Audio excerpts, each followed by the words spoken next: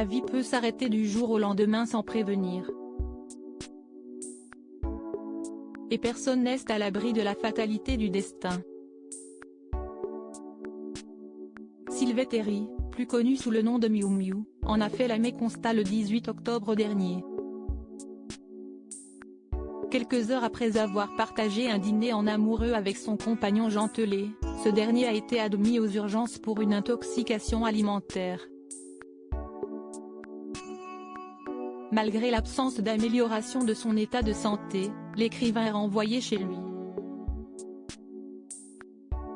Siesti dans l'appartement du Marais qu'il partageait avec la comédienne que Jean Telet s'est éteint, emporté par un malaise cardiaque causé, sans doute, par la forte intoxication dont il a été victime. À 69 ans, Jean Telet a tiré sa révérence, laissant Miu Miu dans un profond chagrin. Le pire était à venir.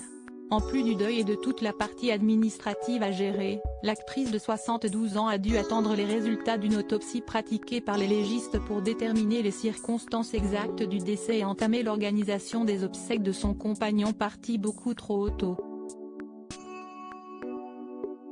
Pour certains, Siesti à Paris que l'auteur serait inhumé, d'autres imaginaient une cérémonie en Bretagne, dans le département des Côtes-d'Armor que Jean Telet chérissait et où le couple possède une maison. Miu Miu avait déjà pensé à tout. Ici Paris révélait notamment que la star du film Les Valseuses allait opter pour une solution éco-responsable en se tournant vers les services funéraires de la ville de Paris.